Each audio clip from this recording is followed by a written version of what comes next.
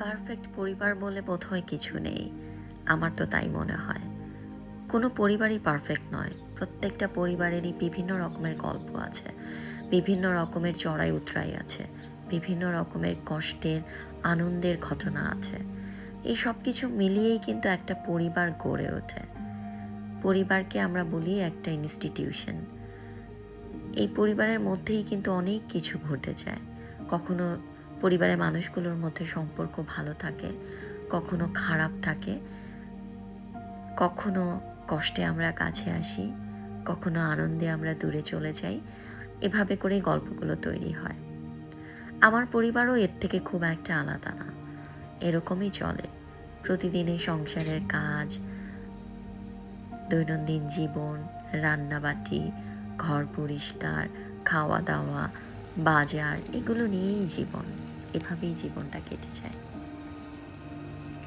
এর মধ্যে সুখ, দুঃখ, আনন্দ তো রয়েইছে। বললাম না, কোনো পরিবারই পারফেক্ট নয়। এবং এই পারফেক্ট বিহীন পরিবারের গল্পগুলোই কিন্তু ইউনিক হয়ে ওঠে। খুব পারফেক্ট পরিবার মনে হয় বোরিংই হবে। সকালবেলায় নাস্তা খাওয়ার আমার তোড়জোড় চলছে। চা হচ্ছে, একপাশে পুঁইশাক হচ্ছে চিংড়ি মাছ দিয়ে, আর ওদিকে ঘরের খালা আজ আমার রুমের পর্দাগুলো খুলেছে, তাই জানালাগুলো পরিষ্কার করা হচ্ছে। বেশ এবার অনেক দিন পরে আমার রুমের পর্দাগুলো ধুলাম। বাইরে এত প্রকট রোদ এবং এত গরম, আজকে অসম্ভব গরম লেগেছে আমার। কালকের কপিটাকে এনে কপি, আলু, টমেটো দিয়ে একটু ঝোল ঝোল করে তরকারি রান্না করলাম, চিংড়ি মাছ ভাজলাম। খেতে ভালোই লেগেছে আজ দুপুরে। গোসল করে চুল টুল শুকিয়ে নিচ্ছি। এরপরে আমি আবার চলে যাব হচ্ছে কাপড় ধুতে। আজ বেশ কয়েকবার ওয়াশিং মেশিন চালিয়েছি, অলমোস্ট 4 বার। তার কারণ হচ্ছে পর্দাগুলো এত বড় যে দুটো দুটো করে দিতে হচ্ছে। আমার বেডরুমে ভীষণ আলো আসে, তাই এই ভারী পর্দাগুলো লাগে। অন্য পর্দাগুলো পাতলা, তো এই পর্দাগুলো না ধুয়ে শুকিয়ে যদি দেই তাহলে আমার মানে ঝামেলা হবে আসলে। এই জন্যই কয়েকবার চালাতে হলো আজকে ওয়াশিং মেশিন। আমি চলে যাচ্ছি যোগা ক্লাসে। এই ক্লাসটা আমি খুবই উপভোগ করি, আমার ভালো লাগে। যদিও আজকে আমার শরীর খুব ম্যাচ করছিল, মনে হচ্ছিল না আমি যাই, কিন্তু তখনই আমার যোগা টিচারের কথা মনে হলো যে যখন শরীর ম্যাচ করবে তখন আরও বেশি করে ক্লাসে আসবেন। সো জোর করে চলে গেলাম এবং খুব ভালো লাগলো ক্লাসটা। সন্ধ্যা হয়ে গেছে, বের হয়ে যাচ্ছি যোগা ক্লাস থেকে। চলে গেলাম আবার সিএফসিতে, কারণ আমি আসলে পরপর দুদিনই আসলাম ওদের ভ্যানিলা পেস্ট্রির জন্য, কিন্তু কোনো কারণে ভ্যানিলা পেস্ট্রিটাই দুদিনের একদিনও আমি পেলাম না। এখানে মজার ব্রেড আইটেম আছে যেটা আমার বেশ পছন্দ। এরপর রাস্তা ক্রস করে চলে গেলাম আমার ফুলের দোকানে, সেটা হচ্ছে কামালের ফুলের দোকান। আমি এখান থেকে সবসময় ফুল কিনি, ওদেরকে ফোন করে দিলেও ওরা ফুল বাসায় আমাকে পৌঁছে দিয়ে যায়। তো আজকে অনেক দিন পরে ফুলের দোকানে আসলাম, নানা রকম সিজনাল ফুল দেখে ভালো লাগছে।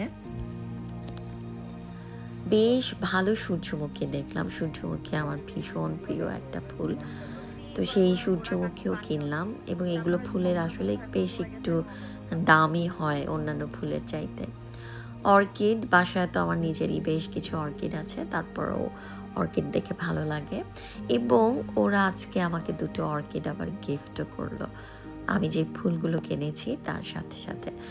আমি কিনলাম সূর্যমুখী, দোলন চাপা, আর ওরা আমাকে দিল অর্কিড। এখানে নানা রকমের বুকেও পাওয়া যায় এবং খুব সুন্দর করে বুকেগুলো সাজায়, দেখতে ভালো লাগে।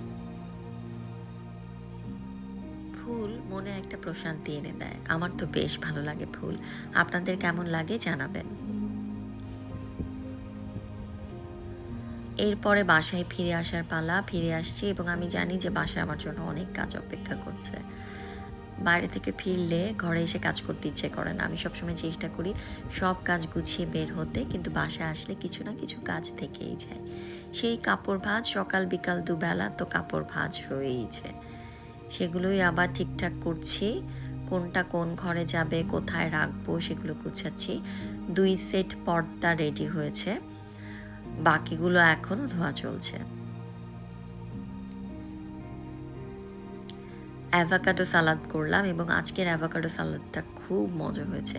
আমি নিজে অ্যাভোকাডো খেতে পারি না গন্ধের জন্য, বাট আজকে আমি কোনো গন্ধ পাইনি।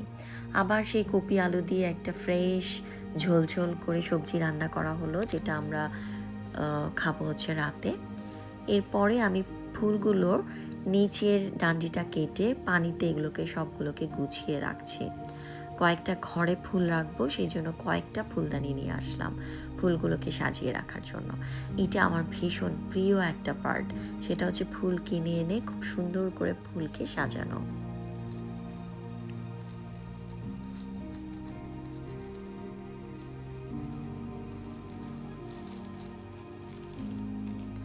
আমার এই প্লাস্টিক দিয়ে মোড়ানোর ব্যাপারটা ভালো লাগে না। এই প্লাস্টিকগুলো মানে প্লাস্টিক ব্যবহার করতে আমার একদমই ইচ্ছে করে না, কিন্তু সব কিছুতে এত প্লাস্টিক দেয়, আমি বারবার নিষেধ করি যে প্লাস্টিক দিবেন না, কিন্তু ওরা তো এই দোলন চাপা বিক্রি করার সময় আবার প্লাস্টিক দিয়ে পেঁচিয়ে রাখে। বাট অন্য ফুলগুলোতে আমি আসলে প্লাস্টিক কখনো পেঁচাই না। প্লাস্টিক ব্যবহারটা আমার ভীষণ রকমের অপছন্দ। আমি যে শাড়ি দিই, শাড়িগুলো তো ইন্ডিয়া থেকে প্লাস্টিকে করেই আসে, প্লাস্টিক প্যাকেটে করে। আমি চাই না এগুলো ব্যবহার করতে, কিন্তু অনেক কাস্টমারই দেখি খুব পছন্দ করেন, প্লাস্টিক দিয়ে মুড়িয়ে শাড়িটা দিলে তারা খুশি হন। আমাদের সচেতনভাবে প্লাস্টিক আসলে এড়িয়ে চলা উচিত এবং এইটাকে মোটামুটি ব্যান্ড করা উচিত, চেষ্টা করা উচিত যতটা কম প্লাস্টিক ব্যবহার করা যায়।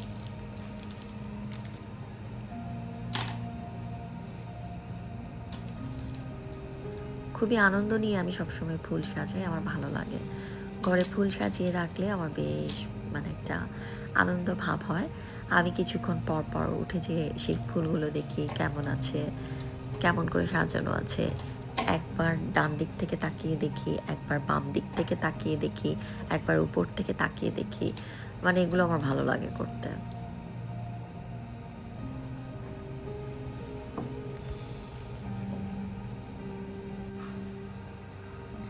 সবগুলো ফুলদানিতে সাজানো শেষ। এবার এগুলোকে প্লেস করব, বিভিন্ন জায়গায় ফুলগুলোকে সাজাবো। দোলন চাপা তো অবশ্যই যাবে আমার বেডরুমে।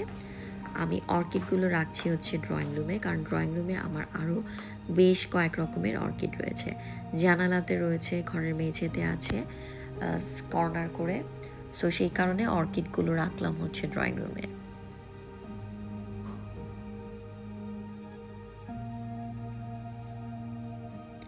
ফুল রাখলে ঘরটা অনেক ফ্রেশ লাগে এবং এর চেহারাটা না আসলে পাল্টে যায়, কেমন জানি উজ্জ্বল হয়ে যায় ফুল রাখার সাথে সাথে ঘরের চেহারা।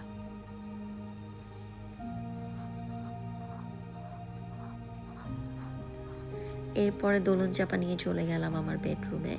আশা করেছিলাম অনেক গন্ধ হবে, তবে হালকা গন্ধ, কিন্তু আমার ছাদে যে দোলন চাপাগুলো হয় সেগুলোর গন্ধ কিন্তু মারাত্মক সুন্দর। এগুলো চাষের বলেই বোধহয় এগুলোতে গন্ধ কম।